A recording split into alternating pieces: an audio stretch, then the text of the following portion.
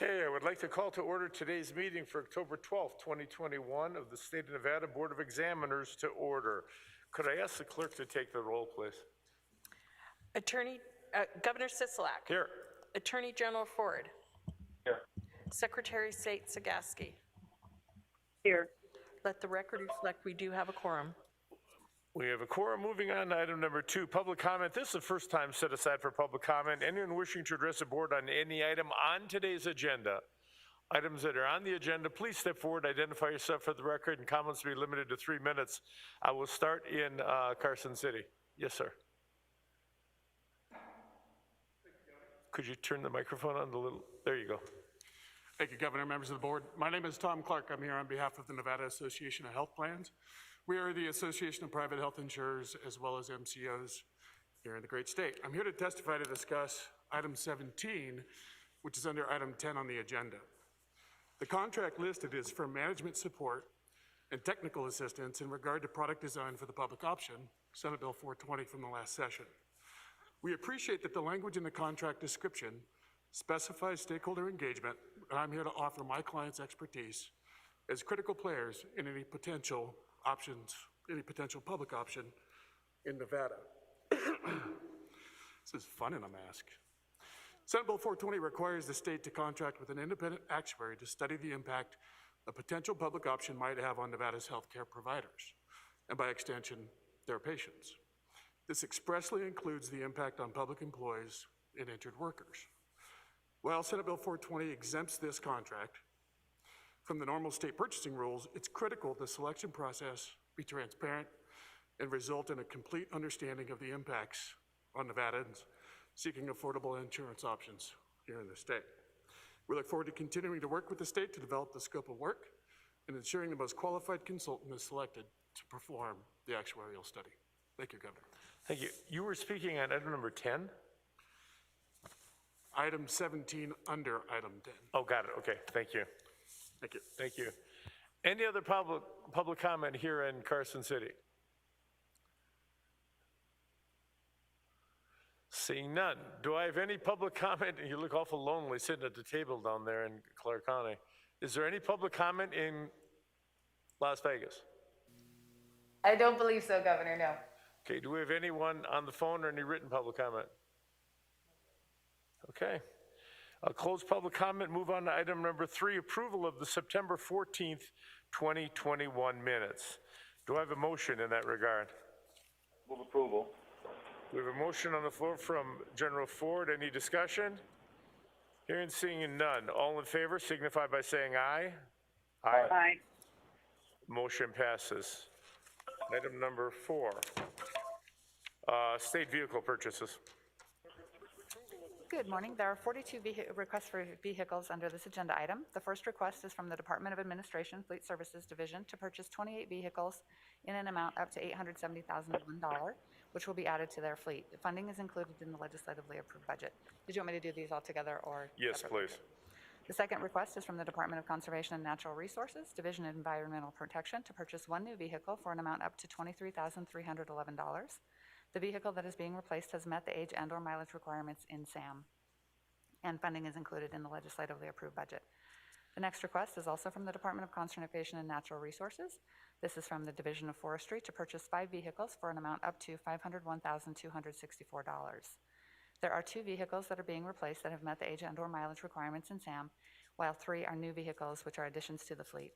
Funds are included in the agency budget. The final request is from the Department of Wildlife to purchase 8 replacement vehicles for $319,550. The vehicles being replaced have met the age and/or mileage requirements in SAM, and funding is included in the budget. Are there any questions on any of these items? Do we have any questions on state vehicle purchases? Do I have a motion? Move approval. We have a motion from General Ford. Any discussion on the motion? Hearing, seeing none. All in favor signify by saying aye. Aye.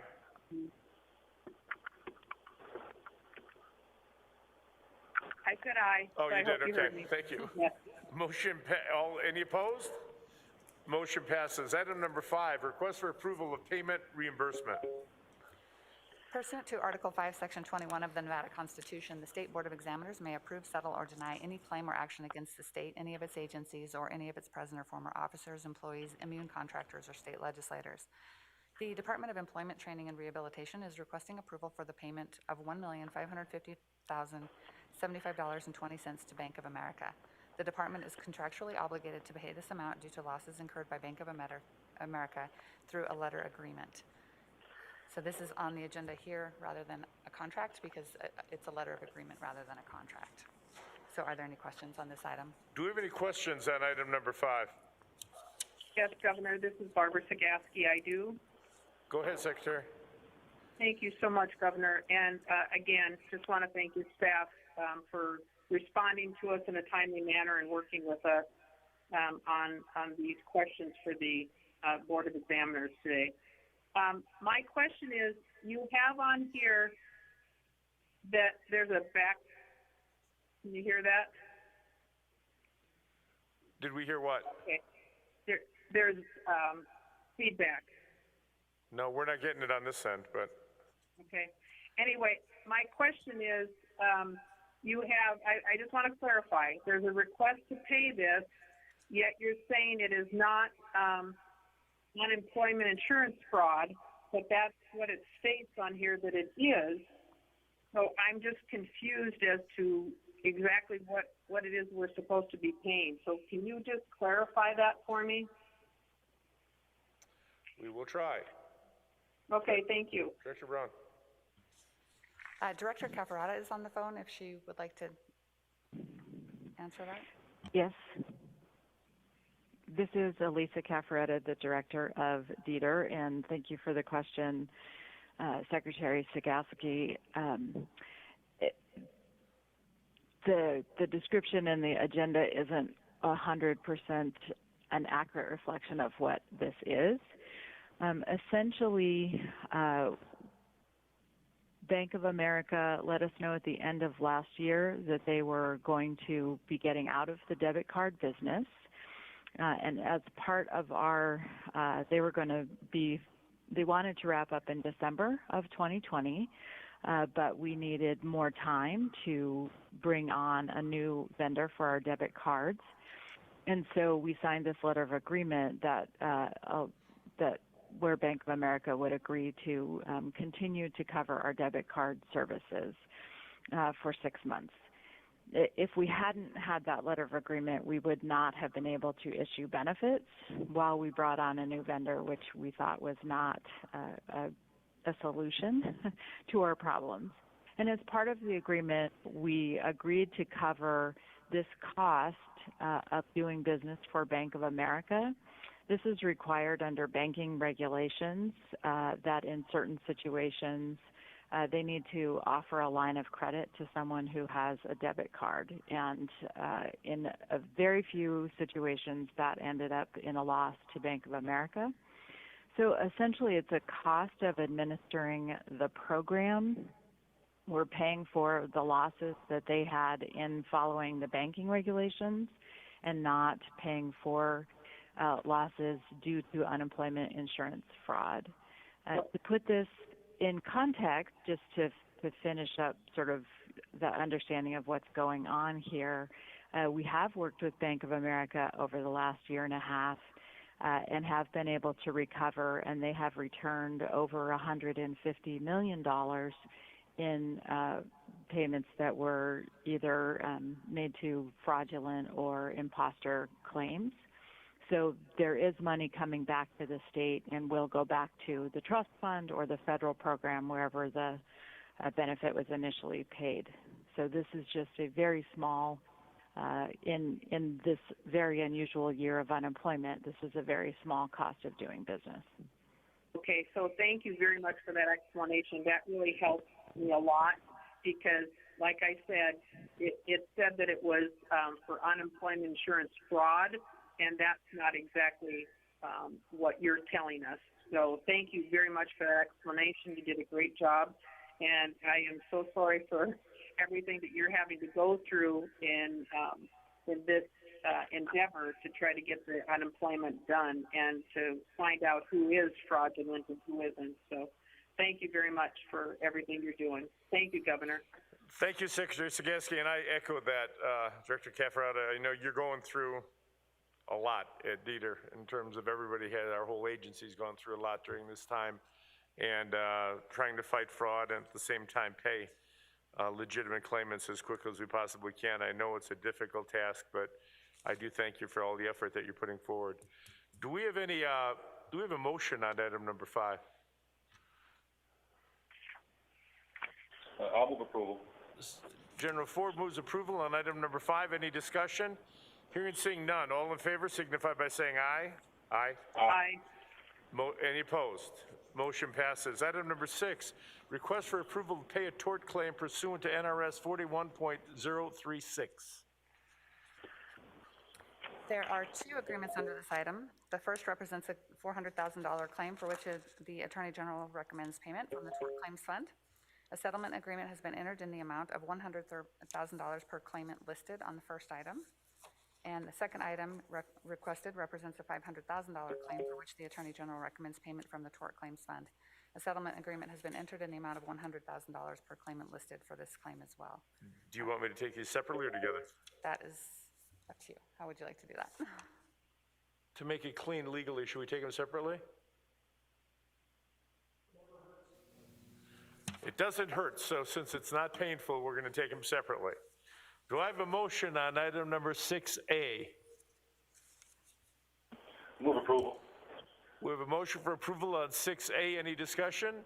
Hearing and seeing none. All in favor signify. Yes, Oh, sorry. That's okay. I just wanted to make sure I understand everything. Thank you very much for the itemized conversation that I had with your staff so that I do understand this and do know exactly what's going on here. So thank you very much, and thank you, Attorney General, for the work that you guys did on this, and I'll vote for it. Thank you, Governor. Thank you. So we have a motion for approval of 6A. Any discussion? Hearing none. All in favor signify by saying aye. Aye. Aye. Any opposed? Motion passes. 6B. Director Brown. Your microphone, please. Sorry. Thought I hit it. So item 2 under 6, so 6B, is a request for a claim of $500,000, and settlement agreements have been entered in the amount of $100,000 per claimant listed on this item. Do we have any questions on item number 6B? Hearing and seeing none. Do I have a motion? Move approval. With motion for approval, any discussion? Hearing none, all in favor signify by saying aye. Aye. Aye. Any opposed? Motion passes. Item number 7, request for recommendation of approval to the Interim Finance Committee for an allocation amount from the contingency account. Under item number 8, pursuant to NRS, Number 7. I'm sorry, number 7. I was like, those numbers don't match. Number 7, pursuant to NRS 353.268, the Division of Emergency Management is requesting the board's recommendation to the Interim Finance Committee of an allocation of $303,601 from the Interim Finance Committee contingency account to cover costs associated with providing supplemental security and enhanced healthcare system availability to Clark County during the upcoming New Year's Eve celebration / activities. Representatives from the agency are here for any questions on this item. Do we have any questions on item number 7A, or 7? No A, just 7. Just 7. Do I have a motion on item number 7? Move approval. We have a motion for approval on item number 7. Any discussion? Hearing and seeing none. All in favor signify by saying aye. Aye. Aye. Any opposed? Motion passes. Thank you very much. Item number 8, request to designate positions in state government as critical labor shortages. Item number 8, pursuant to NRS 286.523, it is the policy of the state to ensure that the reemployment of retired public employees is limited to positions of extreme need. An employer who desires to employ a retired public employee to fill a position for which there is a critical labor shortage must make the determination of reemployment based upon the appropriate and necessary delivery of services to the public in an open meeting.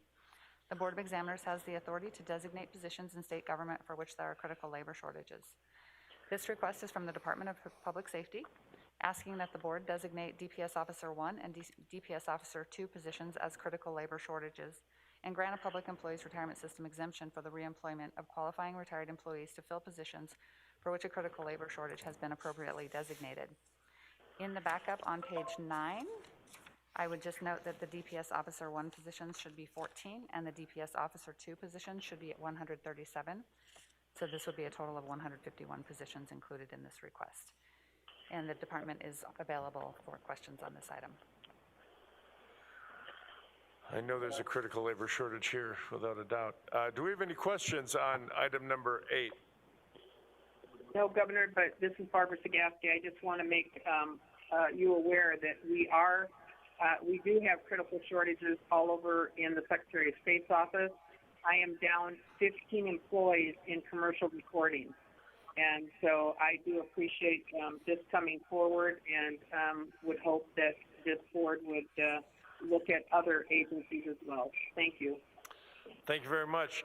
Any further discussion? Do I have a motion on item number 8? Move approval. We have a motion from General Ford. Any discussion? Hearing, seeing none. All in favor signify by saying aye. Aye. Aye. Any opposed? Motion passes. Item number 9, approval of proposed leases. There are 2 leases under agenda item today for approval by the board. Are there any questions on any of these items? No, again, thank you for the briefing that you gave me on these items. Do we have any questions on item number 9? Do I have a motion on item number 9? Move approval. We have a motion for approval. Any discussion on that motion? Hearing and seeing none. All in favor signify by saying aye. Aye. Aye. Any opposed? Motion passes. Item number 10, approval of proposed contracts.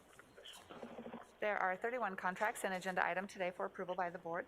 I would just note that at the September meeting, the threshold for these action items was increased from $50,000 to $100,000. Are there any questions on any of these items? Do we have any questions on any of the proposed contracts on item number 10? Move approval. We have a motion for approval on item number 10. Any discussion? Hearing, seeing none. All in favor signify by saying aye. Aye. Aye. Any opposed? Motion passes. Item number 11, approval of proposed master service agreements. There are 10 master service agreements under agenda item 11 for approval by the board. Are there any questions on these items? Nope, you answered all my questions previously. Do we have any questions on item number 11? Move approval. We have a motion for approval. Any discussion? Hearing, seeing none. All in favor signify by saying aye. Aye. Aye. Any opposed? Motion passes. Item number 12, clerk of the board contracts. This is an information item. There are 53 contracts that were approved by the clerk of the board that were over $10,000 and under $100,000 between August 24th, 2021 and September 20th of 2021. Are there any questions on any of these items? No, again, Director Brown, thank you so much for answering all my questions during my briefing. I know my colleagues and I appreciate the time you put in to answer all of our questions so these meetings run a lot smoother. Do we have any questions on item number 12? That's an information item. Moving on to item number 13, public comment. This is the second time set aside for public comment. Anyone wishing to address the board on any item, please step forward, identify yourself for the record, and comments will be limited to 3 minutes. Do I have anybody here in Carson City? No? I'm looking around, nobody's getting up. Okay, do we have anybody in Las Vegas? We do not. Do we have anybody on the phone or any written public comment? We do not. There's no written public comment. We are adjourned. Thank you all very much. Thank you, Governor.